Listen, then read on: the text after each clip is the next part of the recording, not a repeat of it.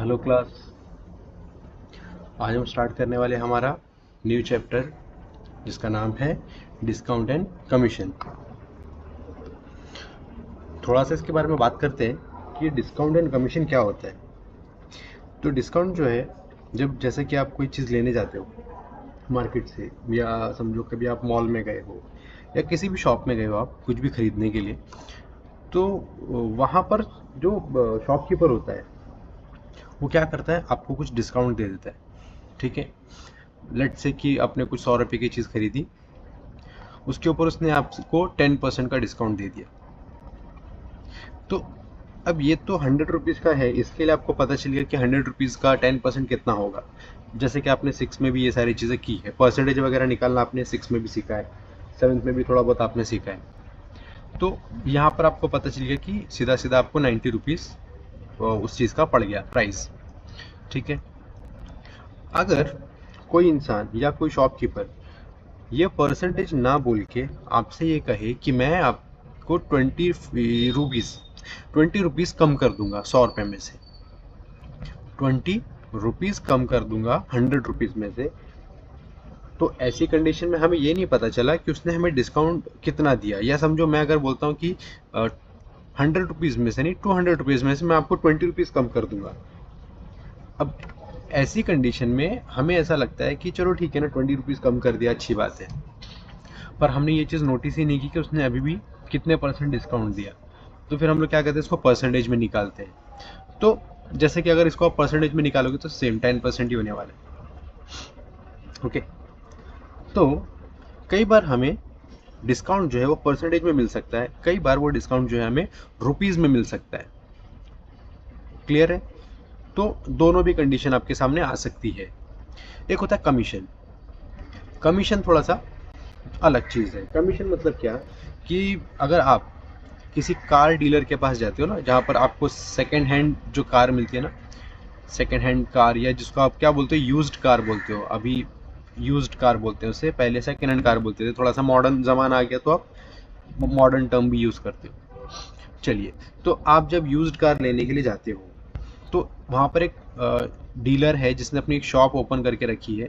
उसके पास बहुत सारी कार है, लेट्स से कि उसके पास 10 कारें हैं, और उसमें से हर एक कार की कीमत जो आप खरीदने के लिए जा रहे हो, उस हर एक कार की कीमत है समझो 5000 रुपीज़, ऐसा अज्यूम कर रहे हैं हम लोग, होती तो नहीं है।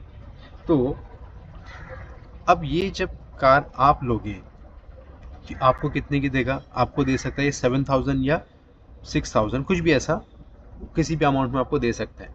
तो ये जो बीच का अमाउंट है आपसे जो उसने लिया है, कितना रुपए लिया, 5000 की कार आपको 7000 में या 6000 में दी, तो जो भी उसको मिला 2000 या 1000 रुपीज़ जो भी उसने कमाया वो उसका कमीशन हो गया। एक ये तरीका होता है। एक होता है दूसरा, जिसमें प्रॉपर्टी सेल की जाती है, जिसको आप बोलते हैं रियल एस्टेट जो एजेंट होते हैं ना, जो ब्रोकर जिसको आप बोलते हो, ब्रोकरेज जिसको आप ब्रोकर बोलते हो।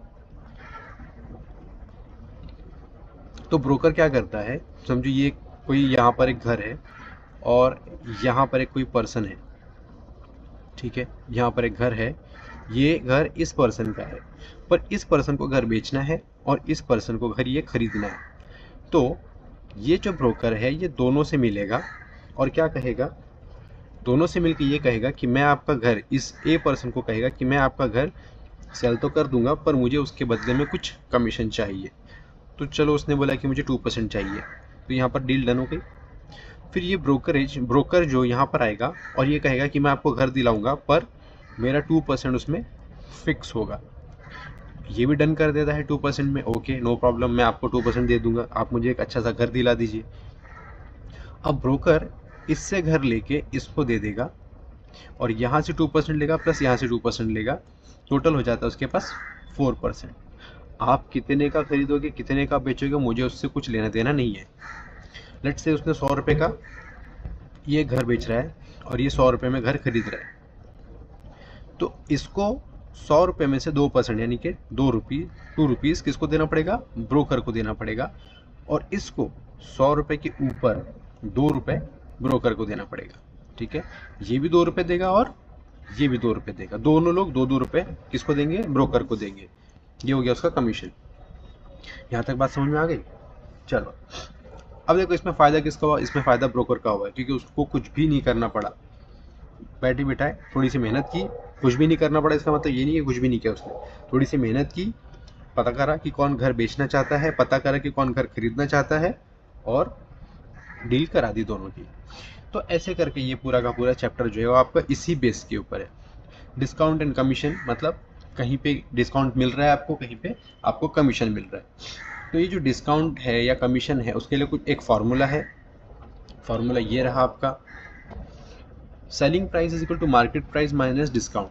जब आप सेलिंग प्राइस पता करोगे किसी भी चीज़ का, तो आपको क्या करना पड़ेगा, पहले मार्केट प्राइस पता करना पड़ेगा और उसमें डिस्काउंट कितना दिया उसने वो पता करना पड़ेगा।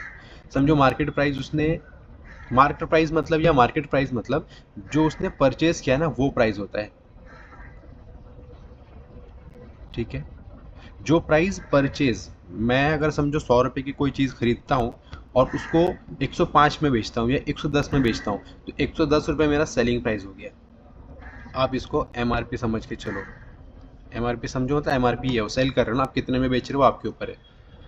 और डिस्काउंट, ठीक है, डिस्काउंट मतलब वो तो आपको अभी मैंने बता दिया। अगर आपको परसेंटेज दिया है कि आपको 10% का डिस्काउंट मिला है, ऐसी कंडीशन में आपको ये फॉर्मूला यूज़ करना पड़ेगा, x upon 100 is equal to discount given. Discount मतलब जो भी आपको दिया 10% या जो भी एक्स वाई जेड दिया वो, और मार्क्ड प्राइस मतलब कि परचेज कितने में किया था वो प्राइस, वहाँ से आप पता कर सकते हो। तो हम लोग स्टार्ट करते हैं हमारा पहला क्वेश्चन।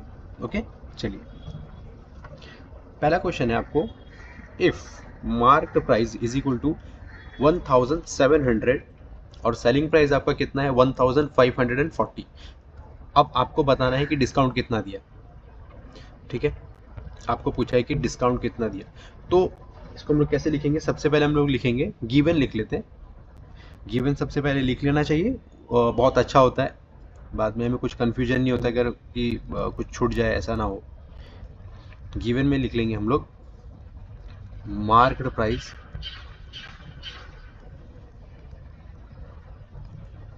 इज इक्वल टू 1700 और selling price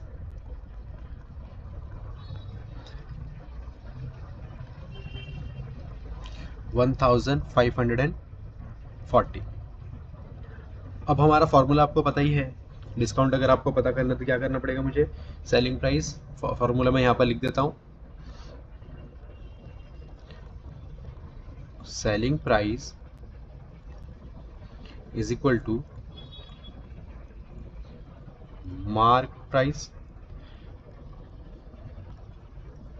minus discount.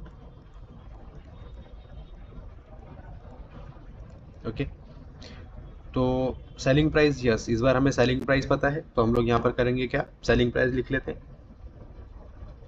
Selling price हो जाएगा आपका 1540 is equal to mark price कितना है आपका 1700 माइनस डिस्काउंट, डिस्काउंट जो आपको पता करना है।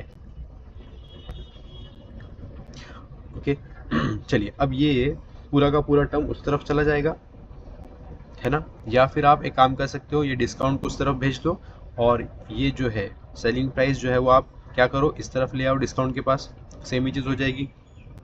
तो मैं क्या करता हूँ, डिस्काउंट को पहले बाहर भेज देता हूँ, तो प्लस में आ जाएगा discount. Discount is equal to, ये तो एज इट इज़ रहेगा यहाँ पर ही, इसकी जगह चेंज नहीं होगी, ये इसकी जगह पे आ जाएगा, तो माइनस 1540। जब आप माइनस करोगे तो आपको कितना मिलेगा, ज़ीरो से ये ज़ीरो हो जाएगा, ज़ीरो में से 4 नहीं जाता, इसके लिए हो जाएगा 6, ये हो जाएगा 10, ये हो जाएगा 6, ये 5, 6 में से 5 गया 1, और ये 1 में से 1 गया तो 0। तो कितना आंसर है आपका 160 रुपीज़। तो डिस्काउंट आपको कितना मिला 160 रुपीज़ का। तो यहाँ पर आप स्टेटमेंट लिख दो आपका, देयरफॉर द अमाउंट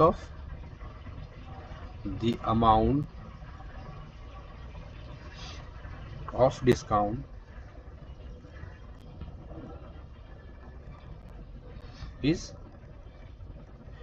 160 रुपीज़, ठीक है। चलिए अभी हम देखते हैं दूसरा क्वेश्चन। ये क्वेश्चन समझ में आया आपको? सिंपल था, बहुत ज़्यादा कुछ इसमें था नहीं करने के लिए। सेकंड क्वेश्चन में आपको इफ मार्क प्राइस, अच्छा इस बार मैं आपको एक और चीज़ बता देता हूँ, मैं मार्क प्राइस को पूरा नहीं लिखने वाला, मैं मार्क प्राइस को इस बार आपको MP लिखने वाला हूँ, ओके, और सेलिंग प्राइस को मैं लिखूंगा SP। अभी बता देता हूँ वरना आप आगे चल के कंफ्यूज ना हो जाए कि SP और MP क्या होता है। चलिए, if mark price is equal to 990 rupees and percentage of discount is 10, then find the selling price. इस बार देखो आपको परसेंटेज दिया है 10%, इस बार आपको परसेंटेज दिया है कि 10% डिस्काउंट दिया है। इस बार अमाउंट नहीं दिया आपको कि कितना रुपीज़ में, रुपीज़ का डिस्काउंट दिया है। तो हम लोग सबसे पहले गिवन लिखेंगे यहाँ पर।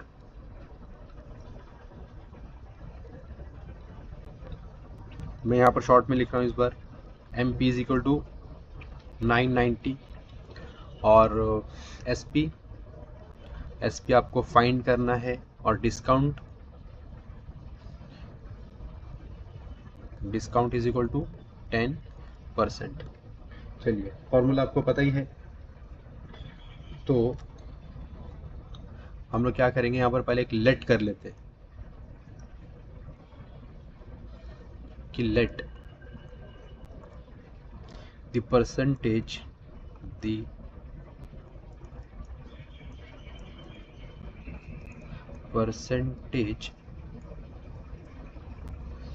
ऑफ डिस्काउंट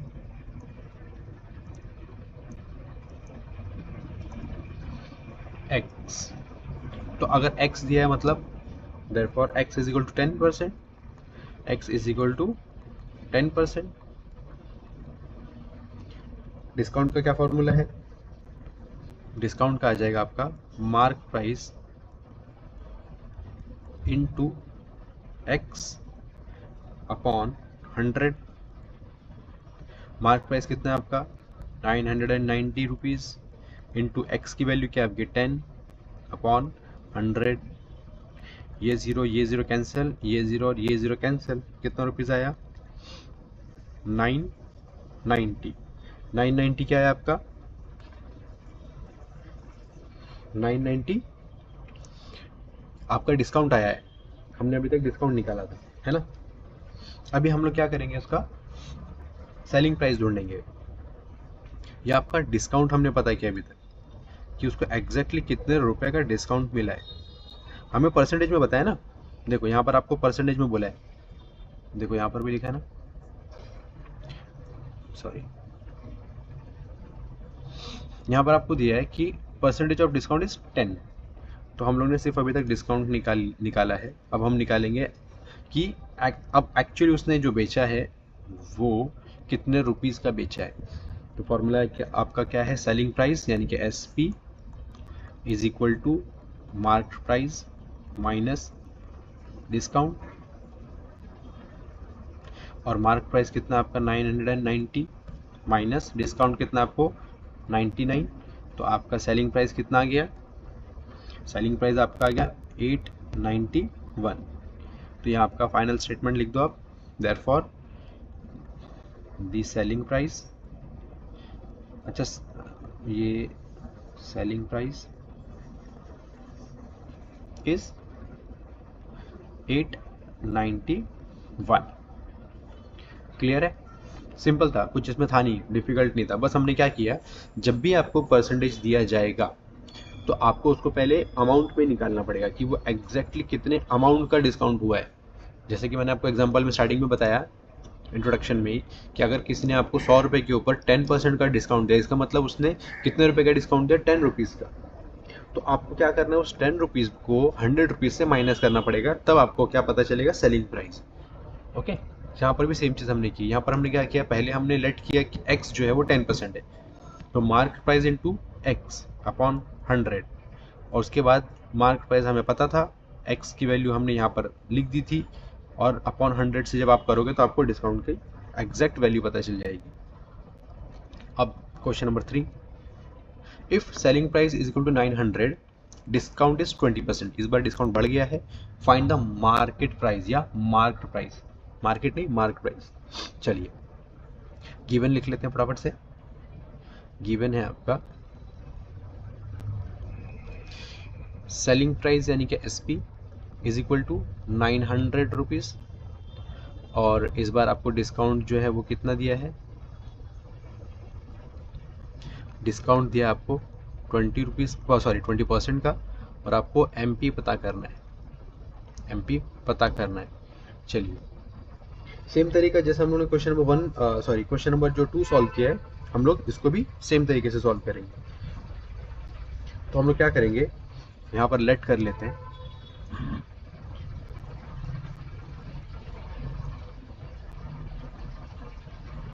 यहाँ पर मैं लेट करता हूँ, late marked price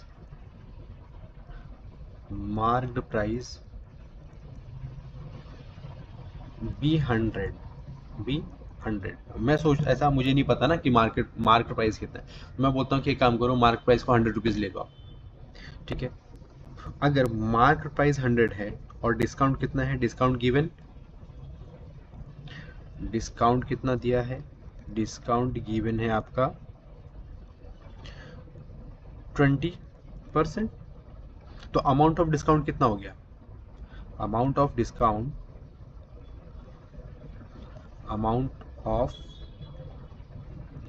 discount is equal to 100 minus 20 is equal to 80, है ना। अमाउंट ऑफ डिस्काउंट जो है वो कितना हो गया,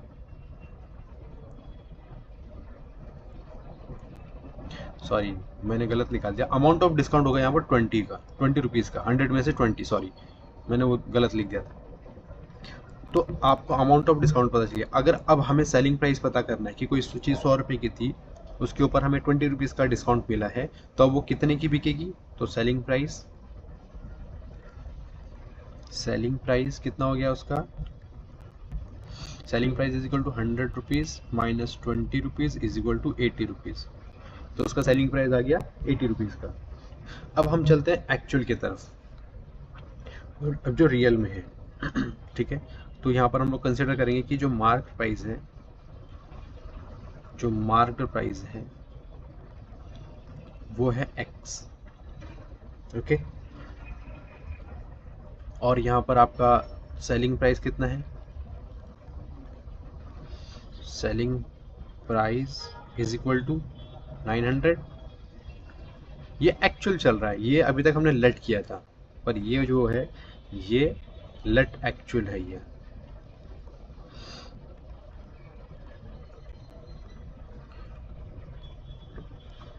तो अब हम लोग क्या करेंगे, यहाँ पर 80 upon 100 is equal to 900 upon X। 80 क्या है हमारा, जो हमने एज्यूम किया था ना, ये वो वाला पोर्शन है, और जो हमारा एक्चुअल पोर्शन है वो ये है। इससे हम क्या पता करेंगे, इससे हम पता करेंगे कि मार्केट प्राइस क्या है। अब इसमें क्या करेंगे हम, देखो ये जो X है ये जाएगा इस तरफ, है ना, तो ये हो जाएगा आपका X into 80 upon 100 is equal to 900। अब ये 100 जो है ये इस तरफ जाएगा तो मल्टीप्लिकेशन में हो जाएगा, क्योंकि डिवीजन में ना, ये हो जाएगा मल्टीप्लिकेशन में, समझ गए।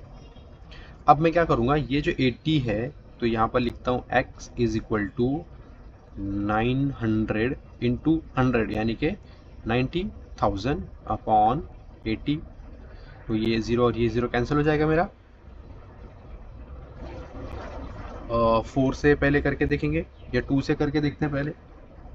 तो 2 4 ज़ा 8, 2 4 ज़ा 8 बचा 1, 2 5 ज़ा 10, और ये 2 0 एज इट इज़ ऊपर आ जाएंगे।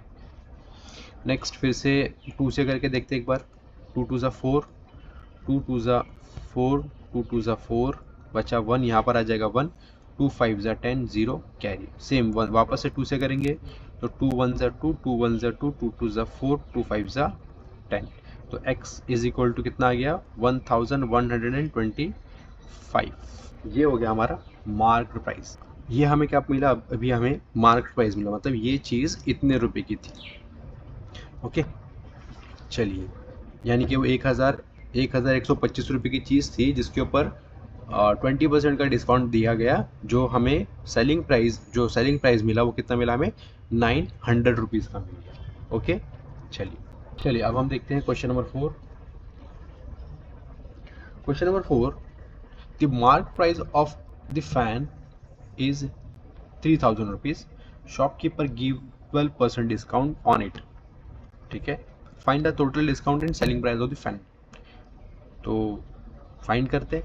अभी आपको यहाँ पर मार्क प्राइस दिया और डिस्काउंट दिया है, तो अगर आप चाहो तो मार्क प्राइस से डिस्काउंट निकालने का एक सिंपल तरीका देखो ये भी है कि 12% डिवाइडेड बाय 100 इंटू 3000, ये 20 और ये 20 कैंसिल हो जाएगा, 12 3 ज़ा 36 और ये 0 कंटिन्यू हो जाएगा इसके आगे। तो जो डिस्काउंट की वैल्यू आ गई वो कितनी आई, 360 रुपीज़। ठीक, अब हमें क्या करना है, find the total discount and selling price. तो टोटल डिस्काउंट तो हमें पता चल गया, टोटल डिस्काउंट तो हमें पता चल गया कि ये टोटल डिस्काउंट है उसका। अब सेलिंग प्राइस पता करना है ना, तो सेलिंग प्राइस का फॉर्मूला क्या है आपका, S P is equal to M P minus discount, यही है ना। तो सेलिंग प्राइस कितनी है आपकी, पता नहीं, मार्क प्राइस कितना आपका 3000 रुपीज़ माइनस 360 रुपीज़।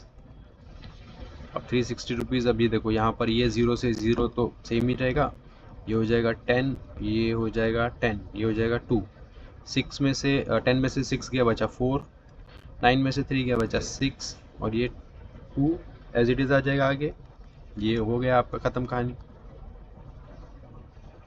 हो गया आपका आंसर क्वेश्चन नंबर 4 का। ये है एकदम आप रफ एंड टफ जो कर सकते हो, पर एग्ज़ाम में आपको ये चीज़ एक्सेप्टेड नहीं है, एग्ज़ाम में ये चीज़ एक्सेप्टेड नहीं है, इसके लिए आप ये तरीके से नहीं लिख सकते। तो हमें क्या लिखना पड़ेगा, हमें पूरा डिटेलिंग में लिखना पड़ेगा। चलिए, तो हम लोग यहाँ पर सबसे पहले गिवन लिख लेते हैं। गिवन में आपको क्या दिया है, market price is equal to 3000 rupees, और जो डिस्काउंट दिया वो कितना दिया आपको, डिस्काउंट इज इक्वल टू 12%। आपको क्या क्या फाइंड करना है वो देख लेते हैं। आपको टोटल डिस्काउंट फाइंड करना है, टोटल डिस्काउंट आपको फाइंड करना है, और सेलिंग प्राइस आपको फाइंड करनी है।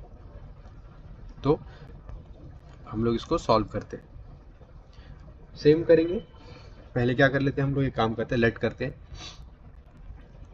Late percentage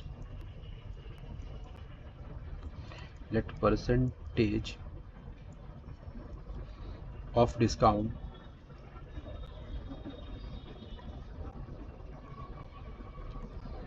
B x.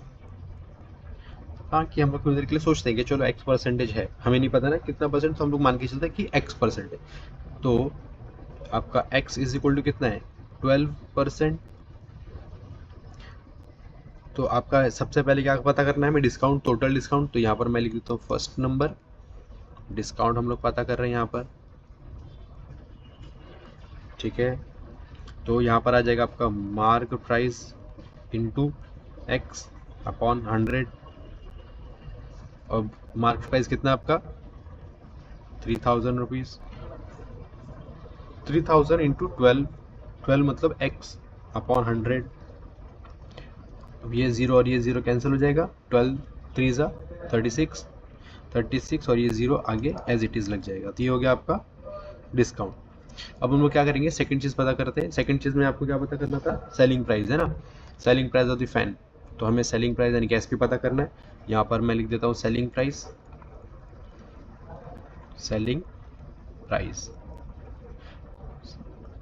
और सेलिंग प्राइस के लिए फॉर्मूला आपका क्या है, एस पी।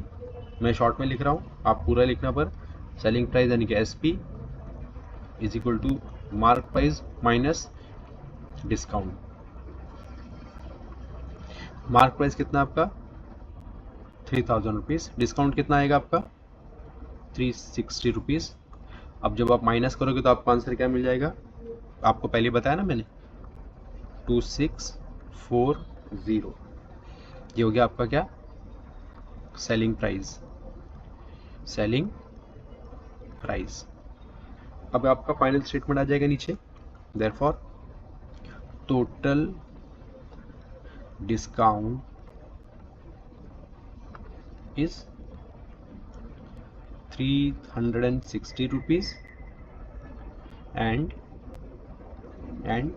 selling price